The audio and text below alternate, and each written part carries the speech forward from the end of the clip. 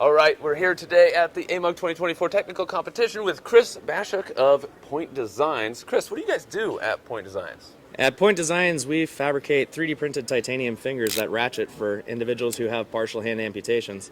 I'm the Director of Clinical Services, and I am a prosthetist. Awesome. Yeah. And what have you brought today? How was this made, and why did you choose to make it that way? It's all additive. It's all additive. So as a prosthetist, my job is to evaluate a patient and make sure that we're providing the most appropriate prosthesis for them. And that means that we sometimes buy off-the-shelf componentry, like you see here. We've got a shoulder and an elbow and a locking mechanism, but I have to customize an interface for them. And historically, individuals who have a high level of amputation, such as this one at the shoulder disarticulation level, will reject their prosthesis because it's either too hot, too heavy, too bulky, uncomfortable, or doesn't do what they want it to do.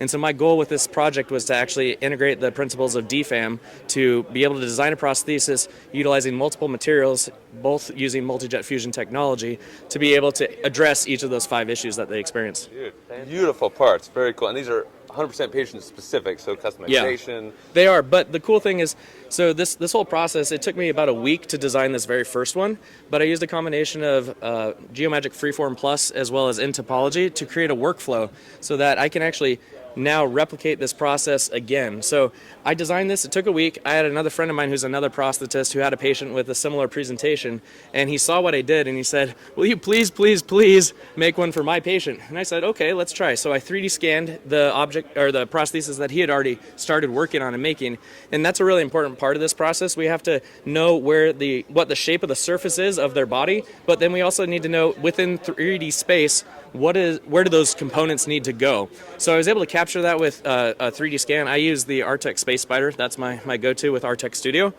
And then I was able to recreate the parts for his device to be ready to ship off to the printer in under a day.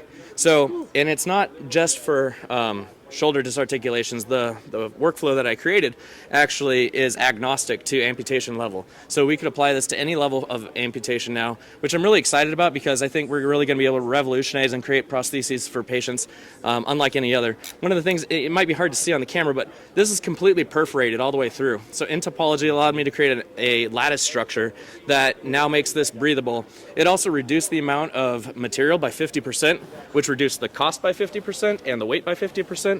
So a prosthesis like this shoulder that went from typically being a 4 kilogram device, so 8 to 10 pounds, now only weighs 2 kilograms, and one of those kilograms is completely in this elbow unit itself. So it's really going to revolutionize. As a prosthetist, I've got a background in biomedical engineering. We used to do these with composites and thermoplastics and doing vacuum forming.